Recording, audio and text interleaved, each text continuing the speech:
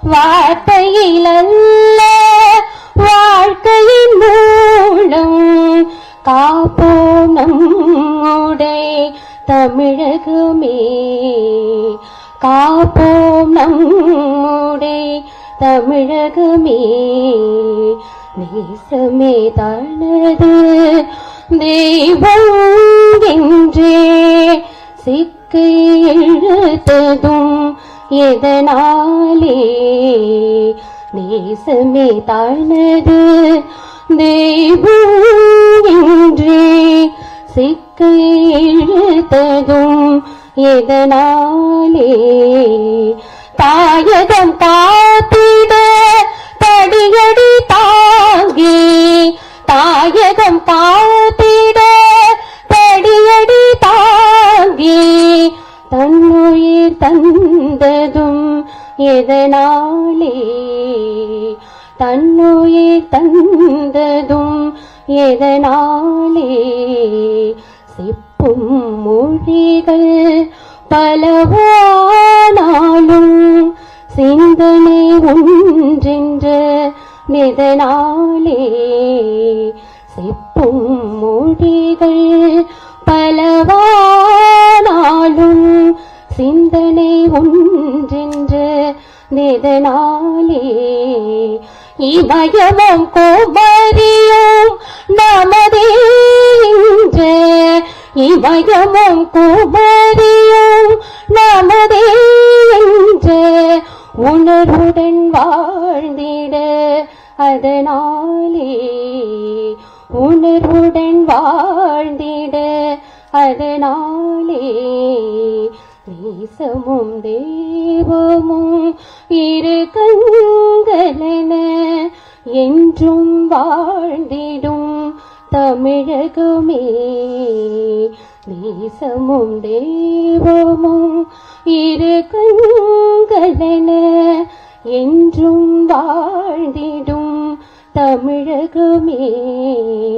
வார்த்தையில் அல்ல வாழ்க்கையின் மூலம், வார்த்தையில் அல்ல வாழ்க்கையின் மூலம் காப்போம் நம்முடைய தமிழகமே, காப்போம் நம்முடைய தமிழகமே, காப்போம் நம்முடைய தமிழகமே.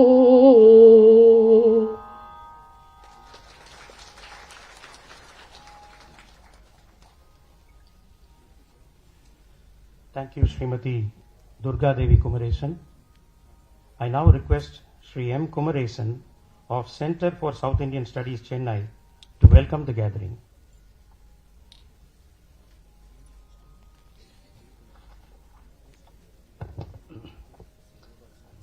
அனைவருக்கும் இனிய மாலை வணக்கம். பசும்பொன் முத்துராமலிங்க தேவர் கூறியபடி தேசத்தையும் தெய்வத்தையும் இரு கண்களாக பார்க்க வேண்டும். பாடலும் அப்படித்தான் இருந்தது. தேசமும் தெய்வமும் இரு கண்கள். இந்த தேசத்திற்காக உயிரை விட்டவர்கள், சுதந்திரத்திற்காக பாடுபட்டவர்கள் நம்முடைய தமிழ்நாட்டில் எத்தனையோ பேர் இருந்தார்கள். இதே நாள் 1811 ஆண்டு 1911 ஆண்டு ஜூன் மாதம் 17ஆம் தேதி இதே நாள் வ.உ. சிதம்பரனாரை 40 ஆண்டு காலம் கடுங்காவல் தண்டனை விதித்த கலெக்டர் அந்த கலெக்டர் ஆஷை வாஞ்சி மணியாச்சி, இப்போ வாஞ்சி முன்னாடி மணியாச்சி ரயில்வே ஸ்டேஷன்ல அந்த கலெக்டர் ஆஷை சுட்டு கொன்ற ஒரு புனித ஆத்மா வாஞ்சிநாதன், அவரோட நினைவு நாள் இன்று. அது மட்டும் இல்லாம ஜான்சி ராணியோட நினைவு நாளும் இதே நாள். இந்த அருமையான நாள்ல வாஞ்சிநாதனை போற்றி இந்த துவக்க உரையை, வரவேற்பு உரையை துவங்குகிறேன். சுதந்திரம் அடைந்து 75வது வருடம் நம்முடைய பாரத பிரதமர் நரேந்திர மோடி அவர்கள் நம்ம நாட்டில் சுதந்திரத்துக்காக பாடுபட்டவங்க எத்தனையோ பேர் இருக்காங்க.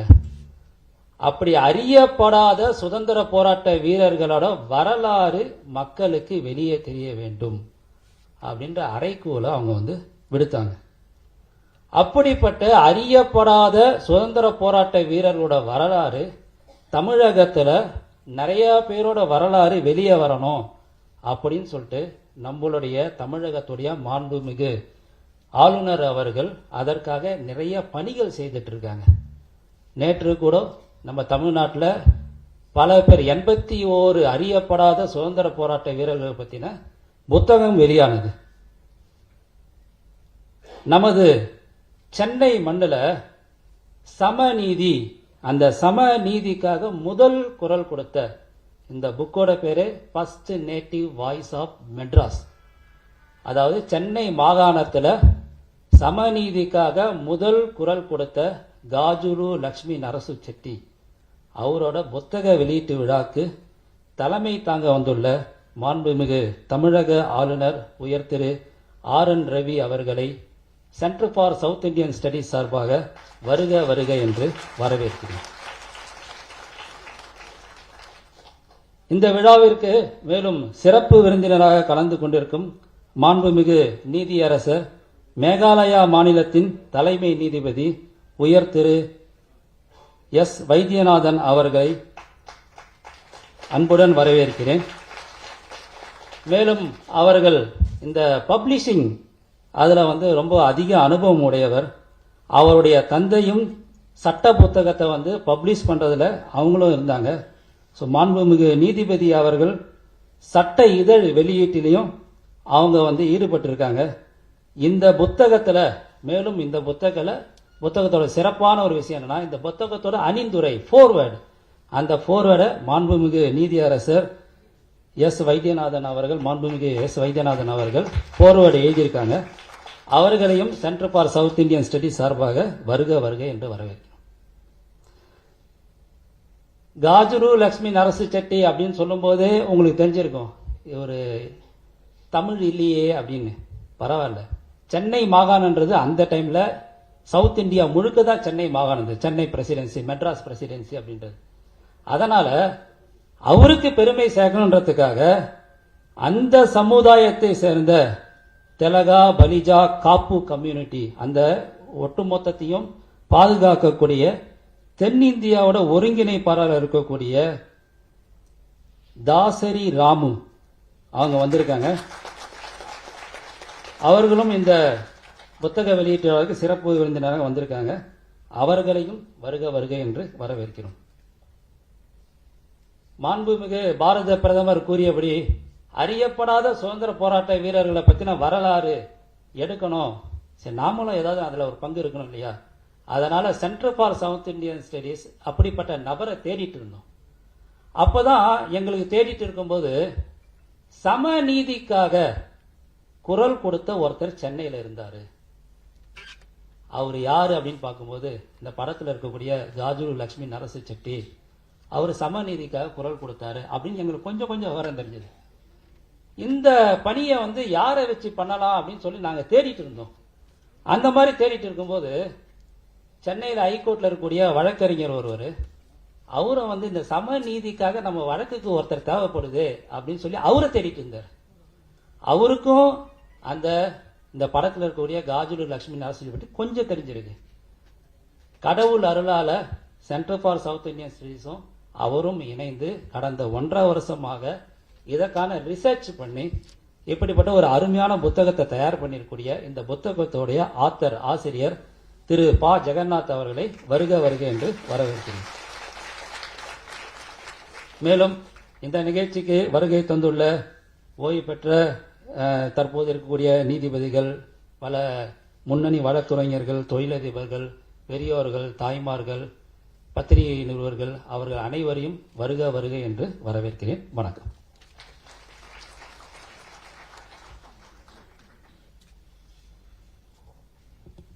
Thank you, sir. It's time to honor our dignitaries on the dais. May I request Shri Sandeep Kumar, Director of Center for South Indian Studies, to kindly felicitate the Honorable Governor. Please, Mr. Sandeep Kumar.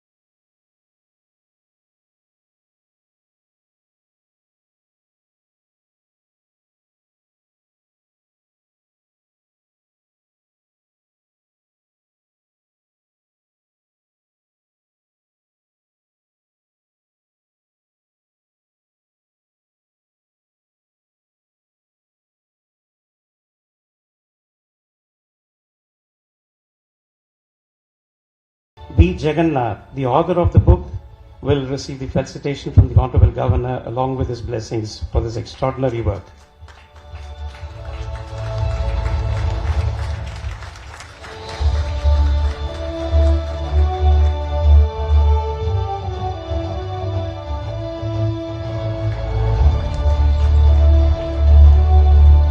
Thank you, His Excellency, for the kind gesture. Gifts is associated by Jumbo Chocolate Company. Now, I request B. Jagannath, the author, to give us an account of his book, The First Native Voice of Madras, Gazulu Lakshmi Narasu Chetty.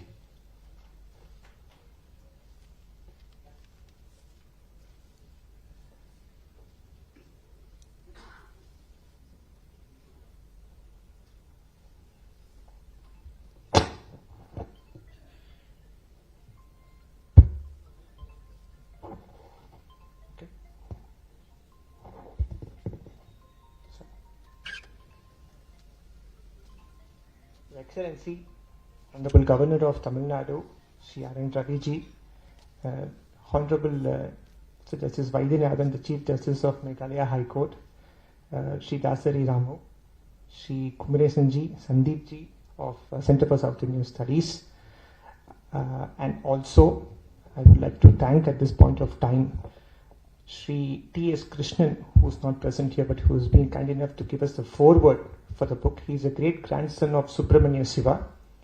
I will also at this point of time would like to thank Shri Ravi, who is the former chief editor of the Hindu publication group of companies, and never the least my senior Shri R. Muthukumar Sami, who is not here with me to thank you so much for coming here in large numbers. With regard to the book, I would like to start by stating that we have taken research from the Tamil Nadu archives through the Right to Information Act. We have taken research from the British Library in London. We have also taken research from the Imperial Library, which is now called as the National Library in Calcutta. And we have also taken research from the Kannimara Library, which is in Egmore. Now, with regard to this honorable gentleman whom we have over here, whom we are celebrating today, our freedom fighter, Gazuru Lakshmi Narasu Chetty, I would like to just start by stating that not many people in Tamil Nadu know about him, because it has been a systematic effort to erase and completely eradicate the person's existence from our memory. Now, if you see the date, these dates are very important. On 11th of November 1839, there was a petition which was drawn by nearly about 70,000 inhabitants who are native Indians, which included Hindus, which included Muslims, which included the limited number of Parsis who were in Madras at that point of time. That petition, that scroll is even now available today in the India Office records in the British Library in London. And that petition had about 70,000 signatures. It was addressed to Lord Elphinstone. It asked for 5 things. Number 1, better representation for us Indians in government jobs, and most importantly with regard to education. Number 2, the pledge of religious neutrality when it comes to native education in Madras. Number 3, the most important thing, is with regard to elimination of any kind of proselytization or any other attempts of that sort when it comes to education in Madras. Number 4 was to give us better facilities, because we didn't have at that point of time better educational facilities. So they requested the government at that point of time, the British government, to give us better educational facilities.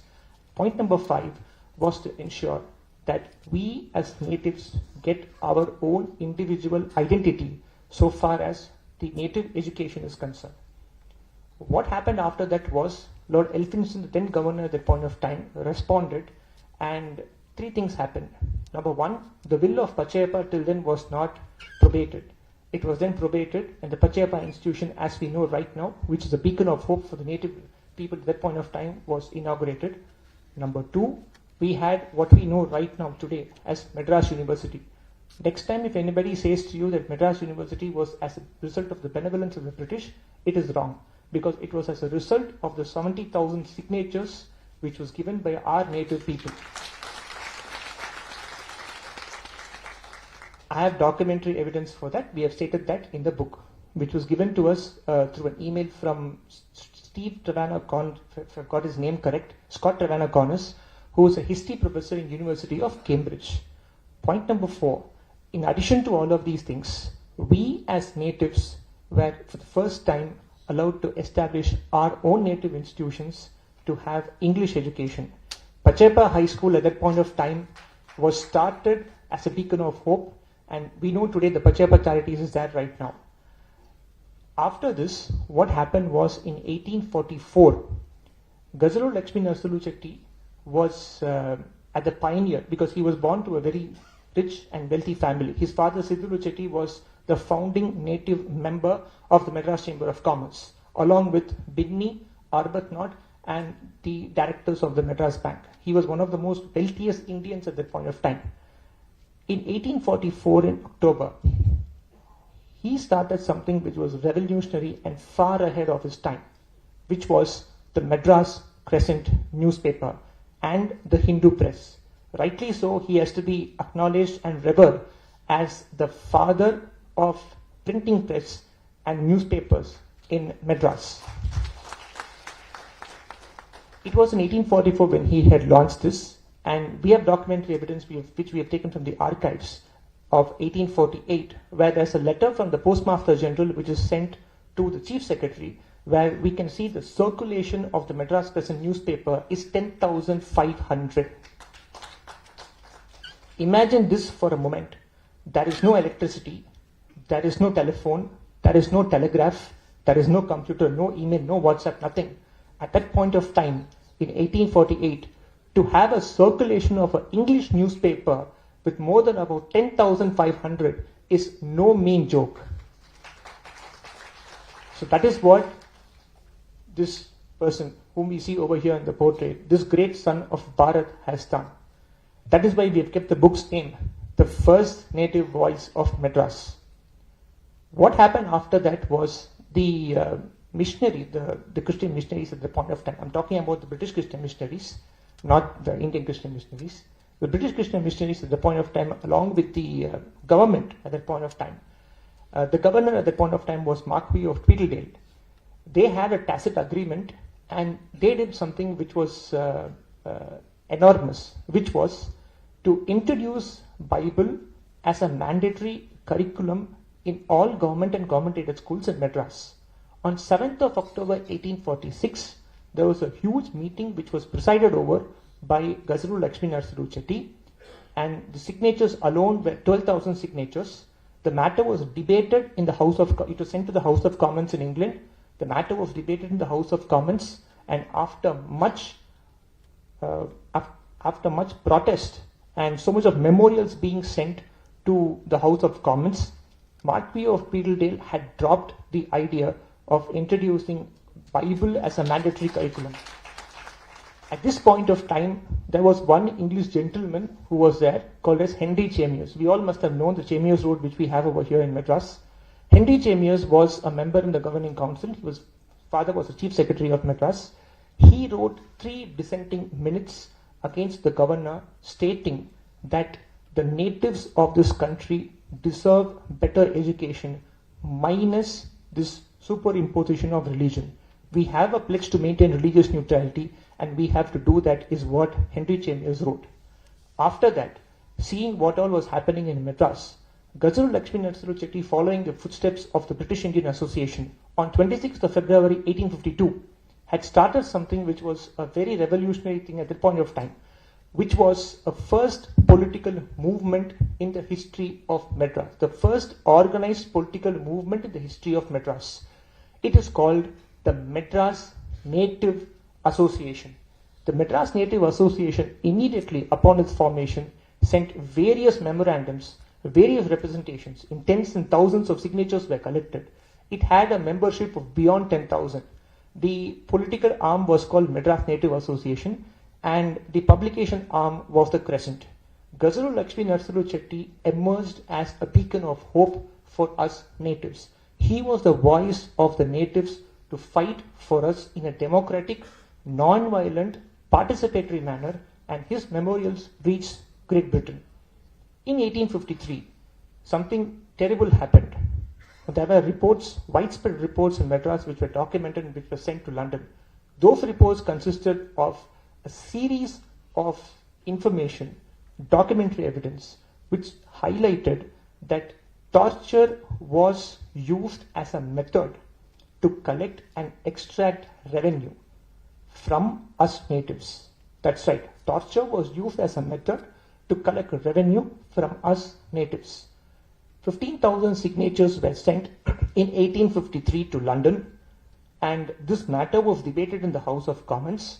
Henry Danby Seymour, a member of Parliament at House of Commons, we had Lord Albemarle and Sir Blackett, who were all members of Parliament in the House of Commons. They debated this issue with regard to collection of tax and with regard to employing torture as a method for collection of tax. This matter was put to vote. The House was divided for the first time in 8 years, and after that, the British government was forced to respond by appointing something for the first time in the history of their governance in India, called as the Royal Inquiry Commission on Torture. Never have we seen any of these things appear in our history books. I have not seen. I have studied history in my school, but I have not seen any of these things in my history book, at least in the history which was taught to me. With regard to the Torture Commission, when it was established, it was headed by John Bruce Norton, Sir Walter Elliot, and it was also headed by the governor at that point of time, Mr. Harris, Lord Harris as we call him. In 1853, the moment the Torture Commission was established, notices were sent and information was sought for from us native people. More than 5,000 representations were sent with documentary evidence, with enough testimonials to the Torture Commission and its members. The members, even though they were British, they decided that what the British authorities did was completely wrong. It was then that they created certain recommendations and they submitted the report and they sent it to the House of Commons. 5 of those recommendations, very important recommendations, are: number 1, police and revenue will be 2 separate arms, because till then police and revenue were together as a single unit. So police and revenue will be divided, it will be 2 separate arms. Number 2, you will not have torture employed as a method to collect revenue from the natives of this country. Number 3, there will be better representation for us Indians in the government jobs. Number 4 is that the respect that was due to us Indians has to be given in the proper, reasonable manner. And number 5, those British officials and the native officials who had collided and who had done this form of torture against the natives, they were named and they were brought to task. This report was sent to the House of Commons, and House of Commons immediately decided to accept the report in full. After that, immediately, the report had been accepted by Queen Victoria, and this was achieved only because of one person. It was because of Gazalu Lakshmi Narasimha Chetty. Because those memorials were given by Madras Native Association. Due to paucity of time, I will have to cut short my speech, and I would like to say that with a lot of hard work, despite a lot of adversities, despite a lot of tough challenges, we have done good research. I would like all of you to please purchase my book. It is only 200 rupees. Thank you so much for giving me this opportunity to address you. Thank you.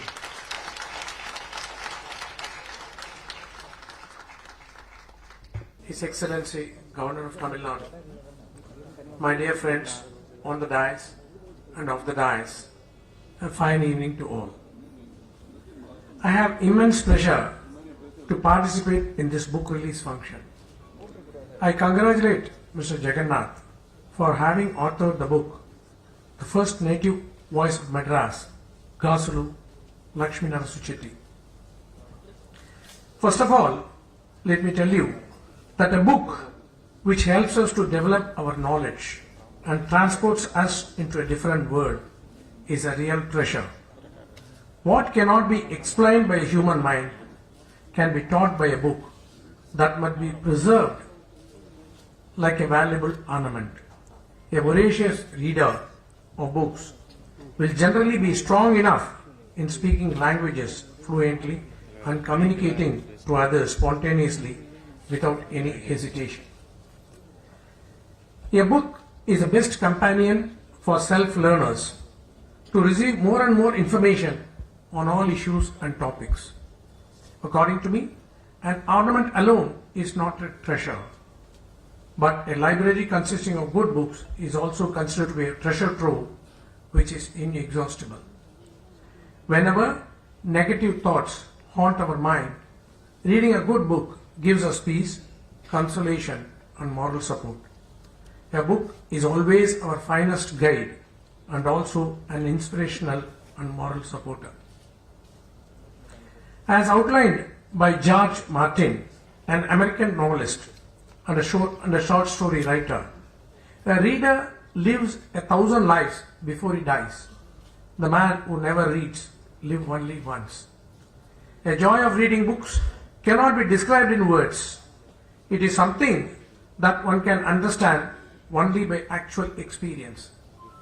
Irrespective of the subject matter, books have the significant role and power to induce our imagination, evoke emotion, and broaden our perspectives.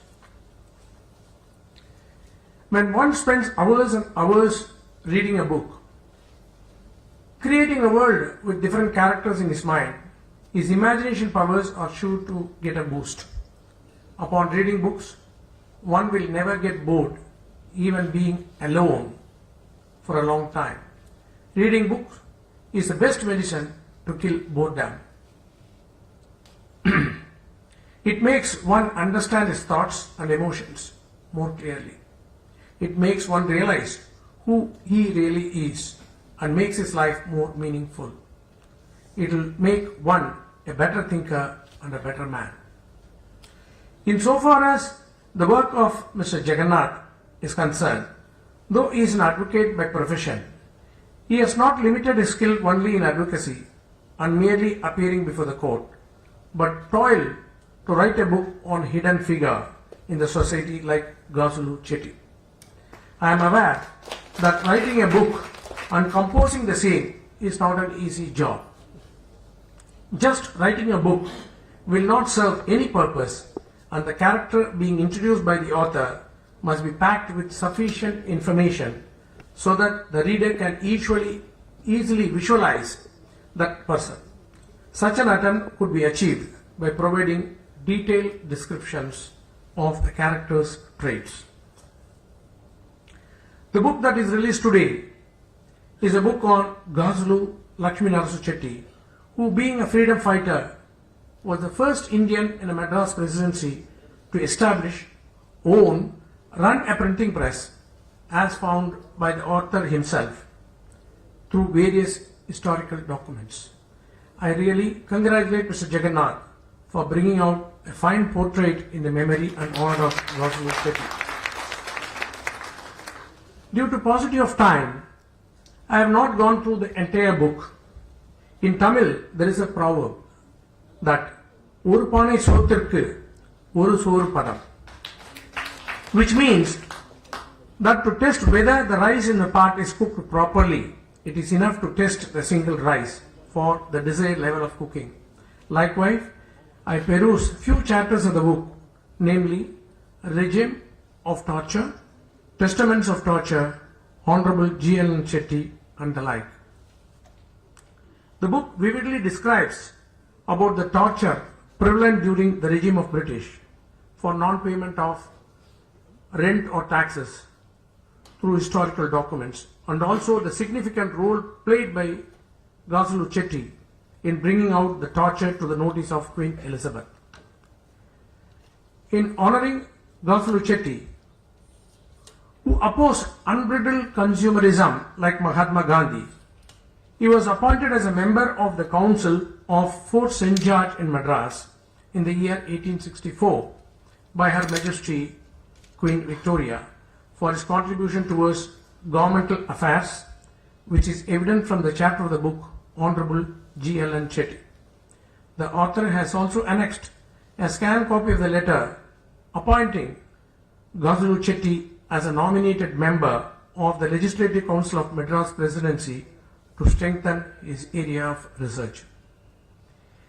In addition to the above nomination, Gazulu Chetty adorned several positions like Director of Madras Cotton Cleaning Company, Non-Official Commissioner of Income Tax Department of Madras, and the first native member of Madras Chamber of Commerce. That apart, Gazulu Chetty also started yet another revolutionary newspaper, the Carnatic Telegraph and Exchange Gazette, besides running a company called Sidlu Chetty and Company. Gazulu Chetty's patriotism and his commitment for development of the motherland and its citizens was instrumental in changing the policies and systems by the British government, such as Constitution of Torture Inquiry Commission, a demand for a separate police force in India, and so on. The author of the book, Mr. Jagannath, with utmost care and caution, carved each and every line with sufficient material proof so as not to give any room for criticism and without twisting the historical truth. But for him, the Gazulu Chetty would have become a forgotten fighter in the early history of Indian independence. The names of unsung heroes like Gazulu Chetty should not be left unremembered. It is time that we at least have them in our consciousness, if not in our books. I want to specifically emphasize that to err is human, to forgive is divine. In case a reader notices an error or mistake, it can politely be pointed out to the author of the book privately so as to enable him to rectify the same in the next edition instead of making an open accusation on the error. In fine, I urge Mr. Jagannath to continue his service in the art of writing more books on the concealed figures, facilitating even a layman to remember the sacrifice. I pray God to give him more strength and good health to carry on with his work tirelessly. I thank him and the organizers for having invited me to this book release function. Thank you. Jai Hind.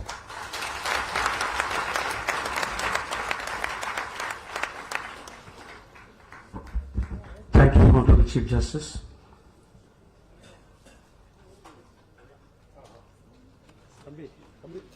It's time for His Excellency the Honorable Governor to release the book. His Excellency Honorable Governor Sir, we kindly request you to release the book, The First Native Voice of Madras, Gazulu Lakshmi Narasu Chetty, authored by B. Jagannath. Our Honorable Governor will hand over to all the dignitaries on the dais the respective copies of the book. The English version of the book is received by the Chief Justice Sri S. Vaidyanathan. It's the English version. The Tamil version is being received by M. Kumaresan, and the Telugu version is being received by Sri Dasari Ramu. This book is simultaneously received in English, Tamil and Telugu, and the major part is His Excellency the Honorable Governor has released the bigger version of the book with all the reference materials and the research work. Our Honorable Governor has also decided to give this book free to the society for enhancing research and promoting more authors to study and know about our freedom fighters and their sacrifices to the nation. We are glad to inform the gathering that educational institutions, research institutions, libraries and authors can log in and register for their free copy of this big book.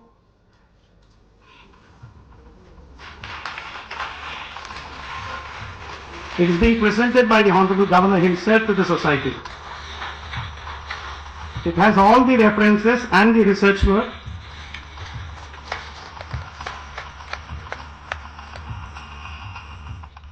And those who want to get it, the institutions, you are given a card, you can log in and get it. I solicit your standing ovation for this great gesture of our Honorable Governor on this occasion to felicitate freedom fighters and promote national unity through literary works. Thank you, sir. It's time now to felicitate the persons who have contributed to the book. I request J.S. Vishnu Hariram, Dr. Vishnu Achyuta Menon. Please come to the rise. J.S. Vishnu Hariram. He is receiving the memento from the Honorable Governor. These persons have worked for the book, done the research work, compiled the details, got it both in India and England. Dr. Vishnu Achyuta Menon.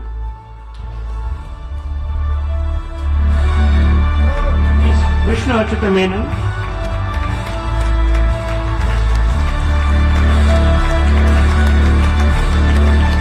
Yashwant Srinivasamurthy.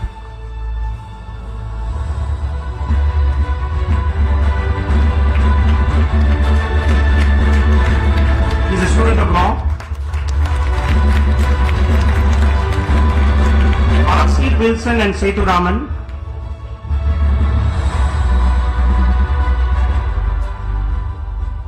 And Srimati Durga Devi Kumaresan.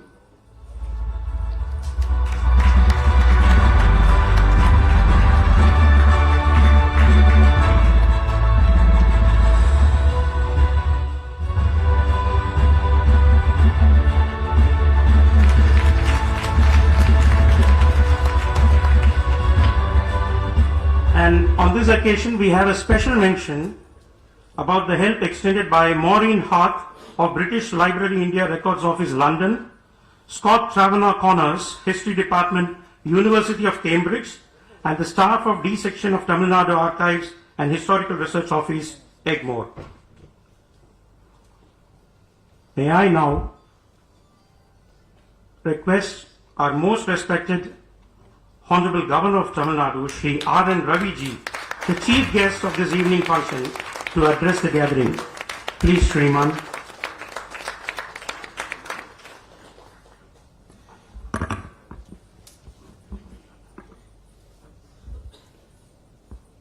Most respected Justice S. Vaidyanathan, the Honorable Chief Justice, Meghalaya High Court, respected Thiru D. Ramohan Rao, Thiru B. Jagannath, Thiru M. Kumaresan, all the distinguished invitees present here, eminent scholars,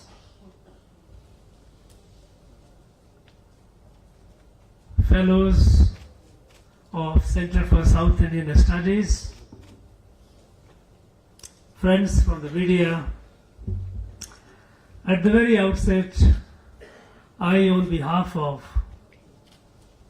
my brothers and sisters of Tamil Nadu, and indeed the whole nation, pay my heartfelt, humble tribute to the great martyr Vanchinathan. A young man at the age of 25, coming from a modest family, nothing to lose. He was not a person endowed with rich inheritance which British could have grabbed, nothing. All that he had to share was his poverty. But yet, he could not bear the atrocities of the British. And you know, in Tirunelveli, the place where that was the epicenter of the beginning of atrocities. The first British military camp was established near Tirunelveli, Palayamkottai. Even in 1806, Vellore rebellion, most of the troops were from Tirunelveli because they were carrying their scars. And this young, great person could not bear the suffering of his people at the hand of atrocious foreigner. And so, he assassinated the district collector who represented the empire, the British Empire, imperial. Of course, at the time, it was company.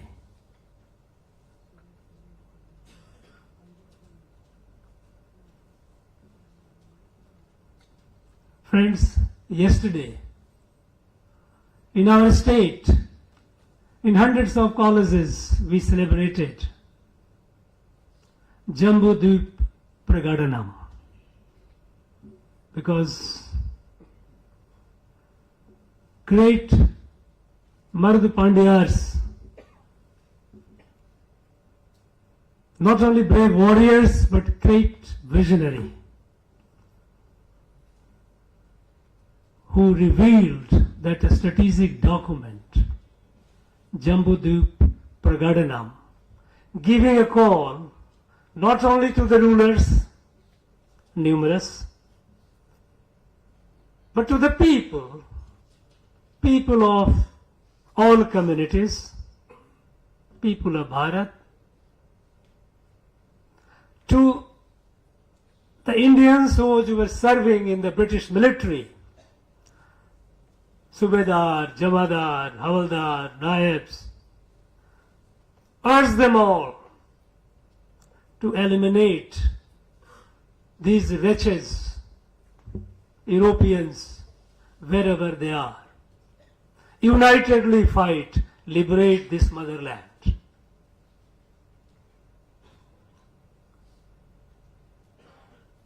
They were martyred on 24th of October. That is the martyrdom day we will observe.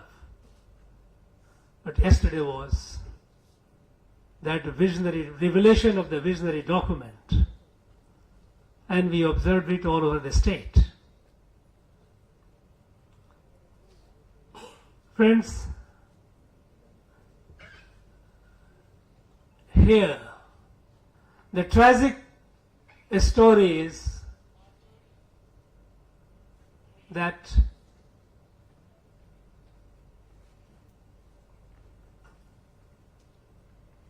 a calculated game is being played on our memory. Memory to forget things, forget the history, forget who we were, who were our forefathers, what all they did, what all they suffered for us to breathe this air of independence and create a fictitious narrative, and in the process causing an cultural genocide, destroying the identity of our people, their culture, their history.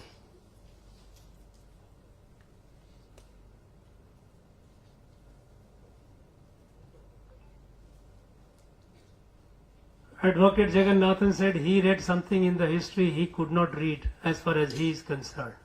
I say with confidence, as a chancellor I have reviewed this curriculum of all the universities in my state.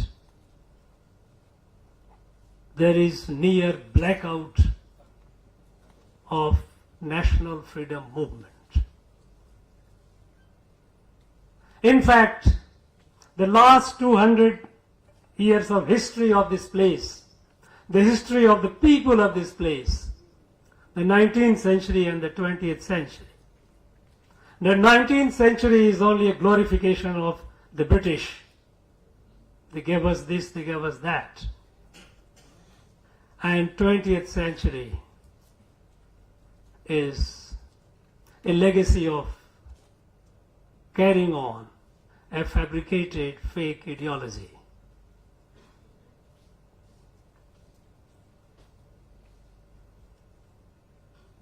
When the Center of South Indian Studies,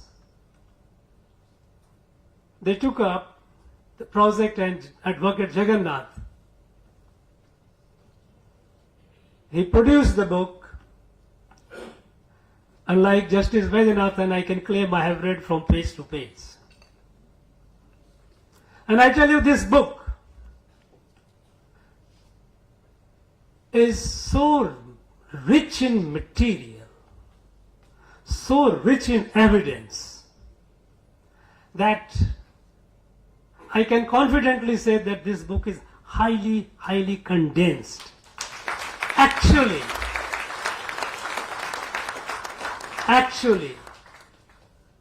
this book carries the seeds for multiple books where it has to be elaborated. The atrocities that the British committed on our people and how our people responded. In our whole country, whole Bharat,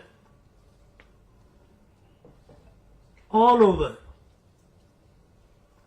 British could not capture 1 inch of the territory without fight. People fought, gave their life.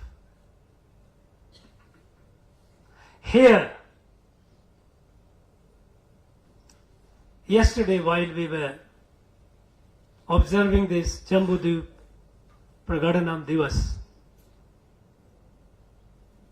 we talked about Battle of Panchalan Kurichi, 1798 to 1801, 3 years. What a fight. Thousands of our people gave life. It's the story all over the country. But what happened here was something far more insidious, far more sinister.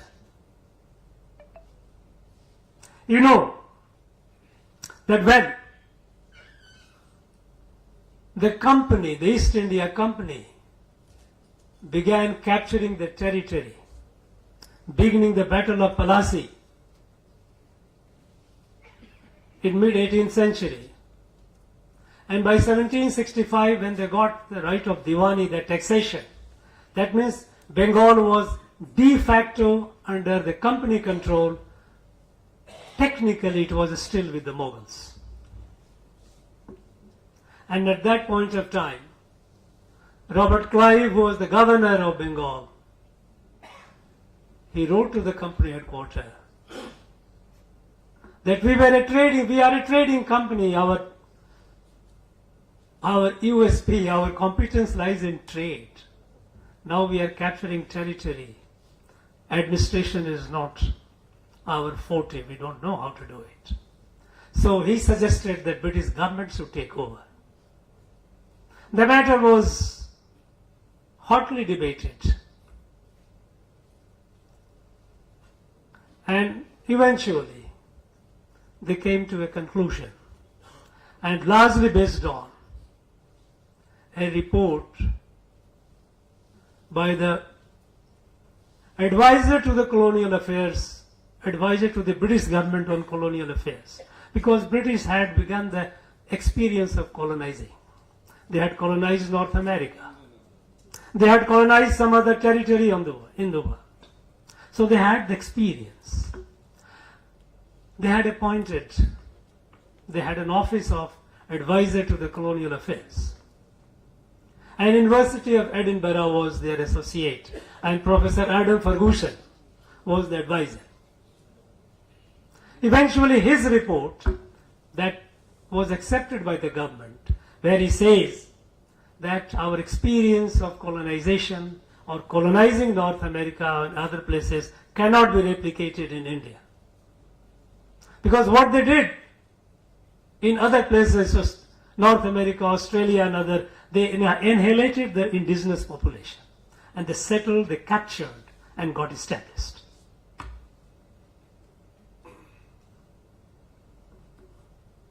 Adam Ferguson said it is not possible in India. Not possible in India because, first of all, it's large population. You cannot inherit this population. And the most important, point that he mentioned, or he brought the attention of the British government, was this country, though ruled by numerous rulers, at the level of society, the country is united. If you do something in one part, there will be reaction in some other part. And we know it happened. Take, for example, 1905, when the British partitioned Bengal on communal line. It was a partition of Bengal. But the fire broke out here in this land. It was that partition that provoked great V.O. Chidambaram Pillai to join the freedom movement. Not many people came on the street. It is not acceptable. They could have kept quiet. Something happening in Bengal, why should they bother about it? No. What Ferguson said was right. That though there were numerous rulers and kings, the people at the level of society, Samaj, there was unity. And that would, action at one point will have reaction all over. So you cannot replicate the model of colonization which you have had elsewhere. On India it is not possible. And then he said that what should be the objective of the British Empire? And further, before that he said, since you cannot replicate the experiment, so what should be the objective of the British Empire? The empire's objective should be transfer of, it is their word, it's not my word, transfer of as much wealth as speedily as possible from India to England. Number one. Number two, make the empire as enduring as possible. And then he said, for transfer of wealth as speedily as possible, you may have to bend or break the rules. If the crown takes over, the servants of the crown will keep quoting rules, regulations. We all know how our officials do that. It is not much will create problem. Let it be done by the company. Make them do it, you look the other way. And that is when they constituted the first body, they called it Board of Control, comprising commissioners for the affairs of India. And the first president of that was Henry Dundas, very close to the British Prime Minister. And they started running the company from behind. And then to make the empire as enduring as possible. How do you make the empire as enduring as possible?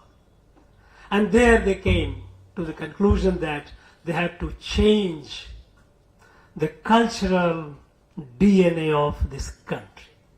Their history has to be changed. People must be made to forget who they are or who they were. They started concocting fabricated history of this place. They conducted detailed study of indigenous education system. And here, in Madras Presidency, at the time, Munro was the Governor General. In June, 25th of June, 1822, he sent a letters to all the district collectors in the presidency, in Madras Presidency, to collect the details of native education system. And the form that he prescribed was pretty elaborate, taluk-wise. How many schools, how many institutions of higher education, they called it colleges. Students, community to which the students belong, male, female, teachers, the cost of education, the children, the students, how much they had to pay, Teachers, the salary of the teachers, a detailed, exhaustive study. And the collectors did a faithful job. They gave their report. The reports are here in archives for anyone to see. And you read it. What a robust education system that we had. I give you an illustration. North Arcot district. Within a year, all the collectors submitted their reports. North Arcot district, William Cook was the collector. On 3rd of March 1823, within 9 months, he submitted the report, taluk-wise. And you know, the data that comes out is voluminous data.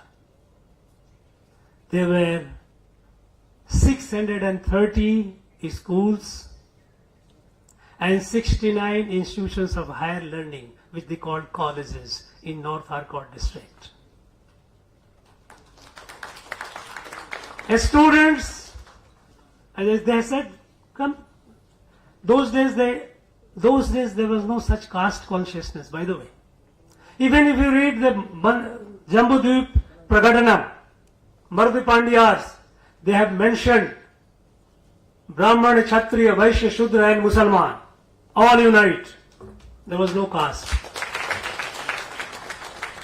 And in this survey, since I am giving you the detail of North Arcot, William Cook's report, in the 630 schools and 69 colleges, there were 1,117 Brahmins, 630 Vaishya, and 4,888 Sudras. The notion that Sudras were not participating in education, all that you need to do is get into their records. We have become intellectually lazy.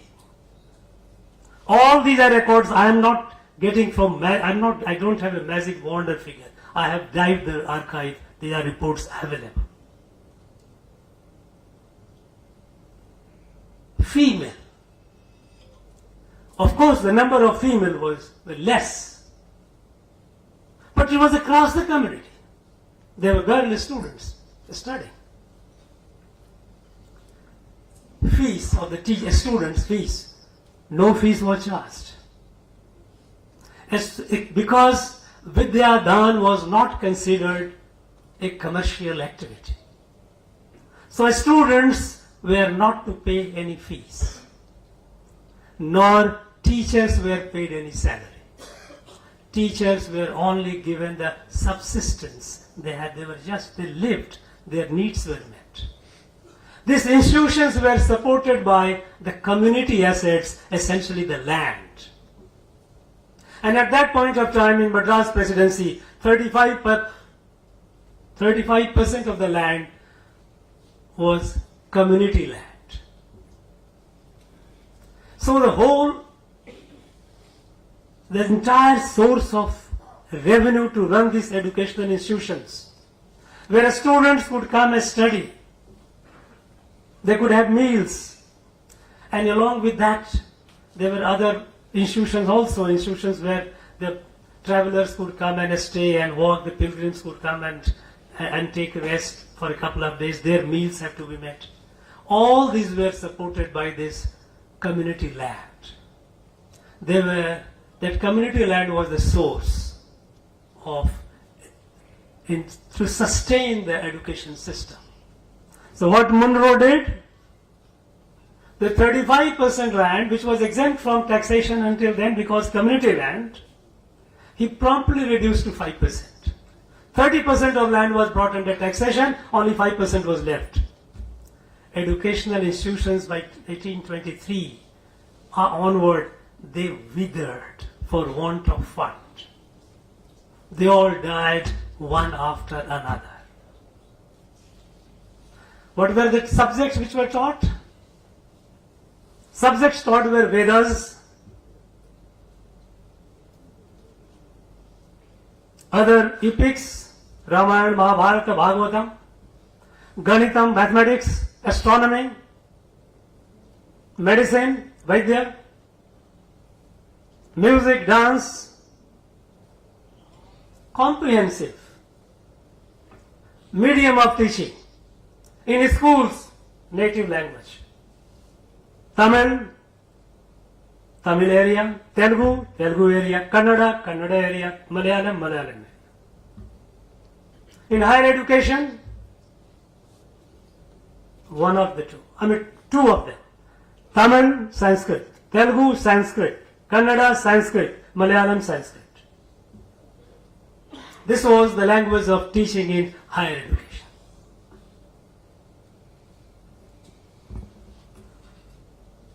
Systematically, all were destroyed, all were killed. And an alternative system created by the British that came up. We all know that India Charter Act 1813 had mandated the British government to direct the company to evangelize India. And that is under that project they started bringing what they call it SPG, Society for Promotion of Gospel. They came and they started massive conversion.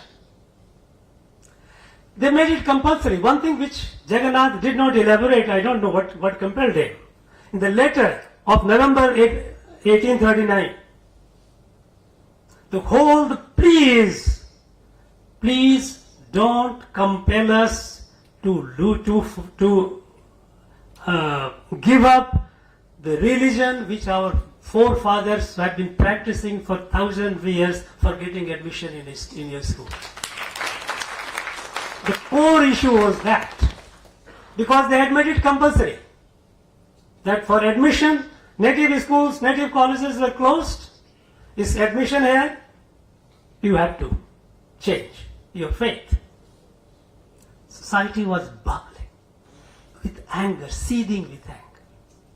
It was in that backdrop that a great man, Gazalur Lakshmi Arasachetty, he came up and he took this initiative,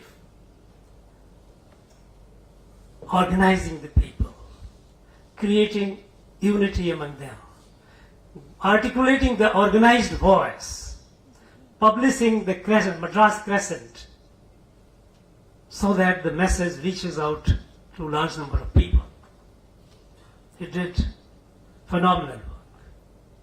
Forgetting him is a sin. We cannot forget him and people like him.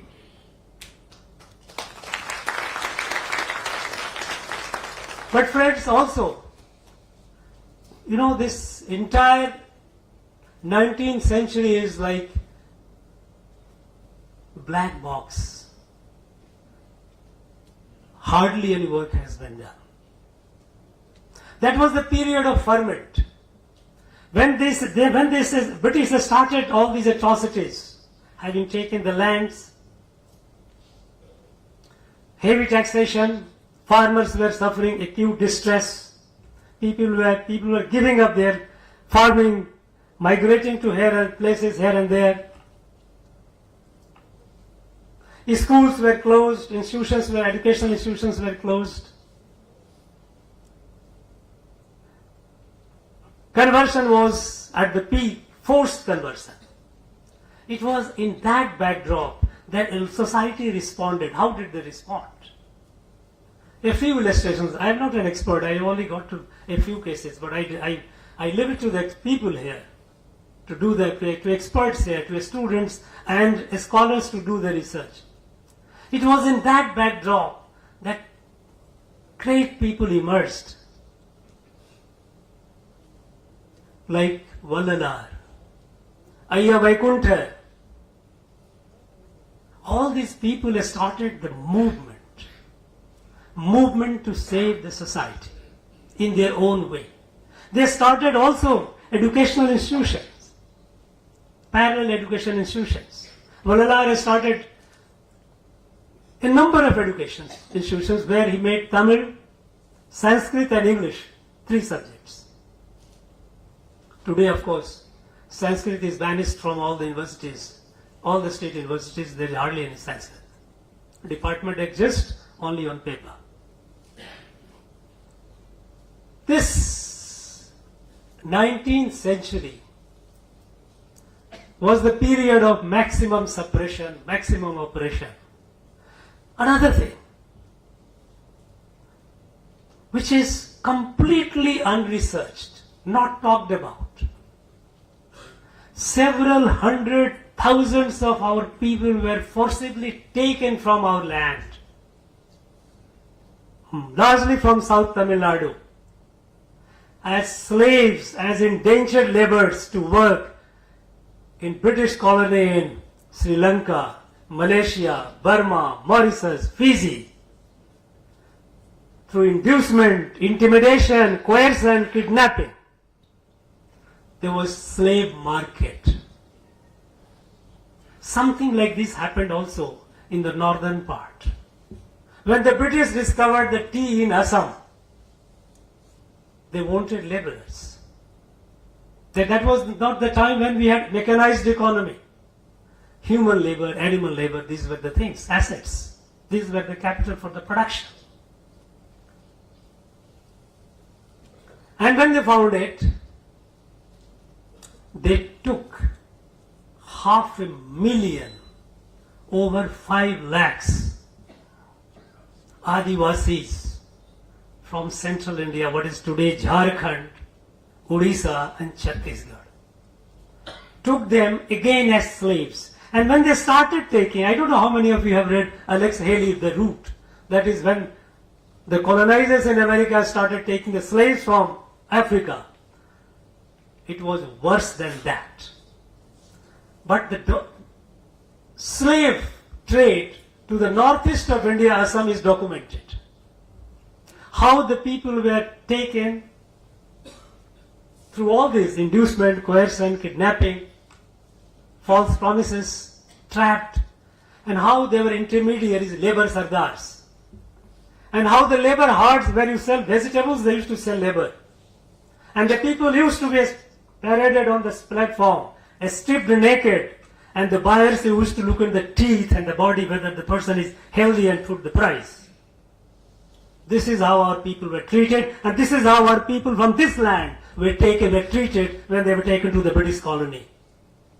Why have we not studied it? We call it migration. What a wonderful term. Why do you have to call it? Why don't we accept it fact?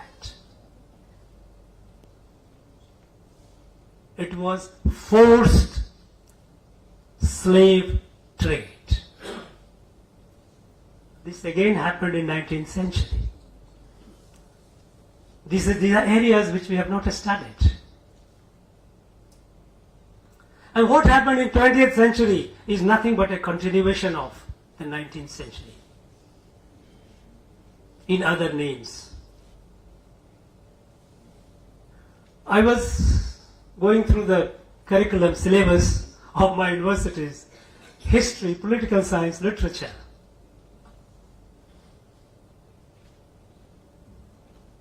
I find in the 20th century, activities, how the movement has started, Dravid movement has started, all those things, anti-Brahmin movement has started. But the truth is, which we have forgotten, is this was a continuation of what was happening in 19th century. Because when the British destroyed the education, they not only destroyed the institutions, but their targets were the teachers. And teachers were mostly Brahmins. They were the ones who were targeted. And there are a number of stories, a number of, not only stories, documents. It was an outright persecution by the British, because it has been the tradition, because through long time in our civilizations, as we know, the Vidya Dan is not a commercial activity. It is not a transaction. It is something called punya. So the teachers were not paid. And by tradition, by our dharmic injunctions, Brahmins were poor people. They were not people with wealth. But they had the knowledge. They used to teach. Our Shastra says, Veda says, Vayam Rashtre Jagriyam Purohita. Purohita, lead the way. And wake up, they keep the nation alive, Rashtra alive. This was the job that they were doing. And so they were the target. That they are the guys who will create a problem. Systematically targeted. And then came people like the hordes of people like Bishop Caldwell and all, who started creating a fake history of racial theory.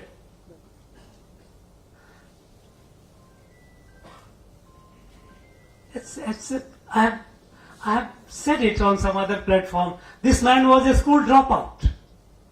He could not even pass his school education. Somebody said that he got his doctorate. I said, well, you got hundreds of doctorate honorary. It is not I like to say his thesis. And if you say that the grammar of Dravidian language is a thesis, it is a bunkam, it is a nonsense. It cannot be a thesis. He was made a philologist by vested interest. And that became the document to create the racial divide in our country. And so here are people, some people, those who have been the beneficiary of this. And this is what they continue. When the 20th century came and the national consciousness started consolidating. Your language is different. This year, on this Republic Day, Rajbhavan published an invitation card. We say, Kudiyarisu Dinam.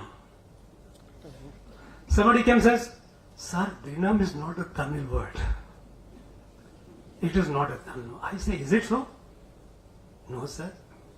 Then why we have Dinakaran, Dinamani, Dinatandi, Dinamalar? We every day say Dinamum.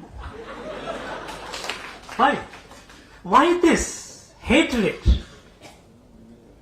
And then the people say, we are not Indian, India is not a nation. Somebody says, Indians are Africans. Somebody says, Chinese, Arabians. Now this is a very dangerous thought.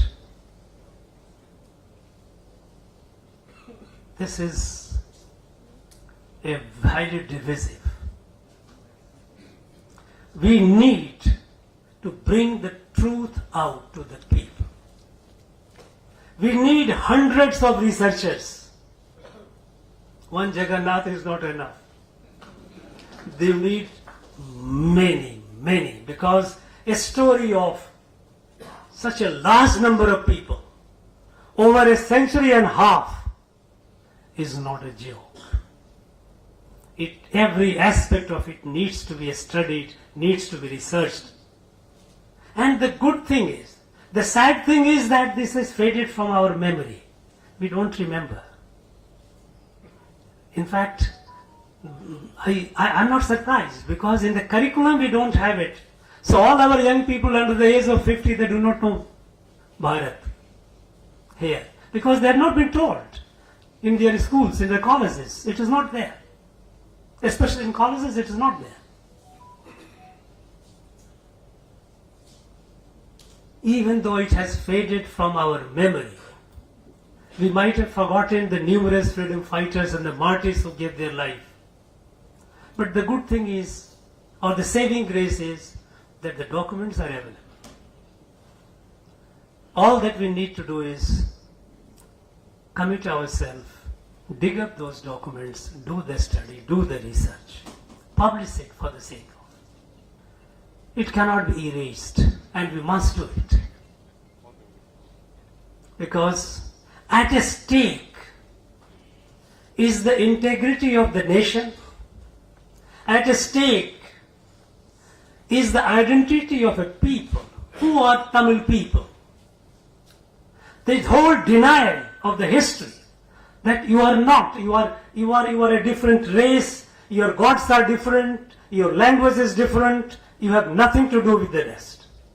This fabricated false ideology, which self-life is long over, is very, very dangerous. It can only be countered with a genuine research. and it will not happen for some more time from our universities. It has to be done by people outside. It has to be done by our institutions like Center for South Indian Studies and others who have to do. I'd like to congratulate Advocate Jagannathan for his work.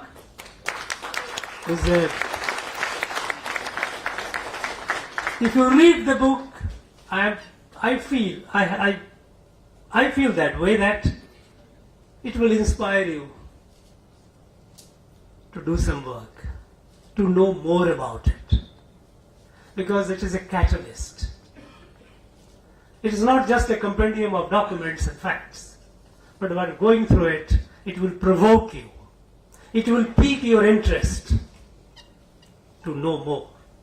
And I am sure some of the readers would take up the work of doing further research also. That would be a great service to our people, to our civilization, to our culture, to our nation. Thank you very much once again. Jai Bharat.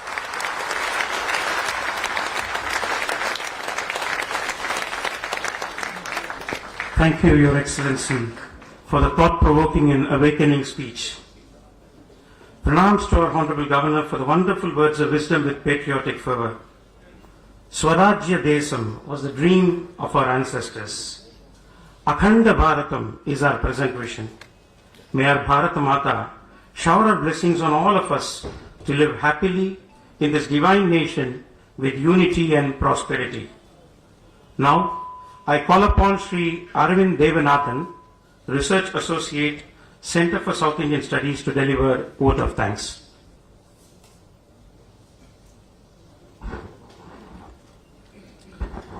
Distinguished guests, dignitaries and esteemed audience, as we come to the close of this memorable event, it is my honor and privilege to extend a heartfelt vote of thanks on behalf of Center for South Indian Studies. Firstly, I would express our humble and deep gratitude to our chief guest, R.N Ravi Avargal, Honorable Governor of Tamil Nadu. Thank you, sir, for gracing this event and for your invaluable support. I extend my thanks to the guest of honor, Honorable Chief Justice of Meghalaya High Court, S. Vaidyanathan Avargal. We are deeply honored by your presence, sir. To Dasari Ramohan Rao, South India Convener of Telugu Balija Kappu Joint Action Committee, we are grateful for your attendance and support, sir. Our thanks to Advocate B. Jagannath, the esteemed author of the book. Your dedication and scholarship in bringing to the light the life and legacy of such a significant figure in our history is truly inspiring. Your book will undoubtedly serve as an invaluable resource for generations to come. We also wish to thank the publishers Samit Prakashan and Media Private Limited and Madhav Mudra Press for their meticulous effort in bringing this book to fruition. We extend our gratitude to all the judges who have graced this occasion with their presence. Special thanks to P.N. Rajarathinam Pillai Kalayarangam for providing us with this excellent venue. We are also grateful to the media houses, both digital and print, for their extensive coverage and support in bringing this event to a wider audience. Our sincere thanks to the police department for providing us with the necessary security arrangement and ensuring the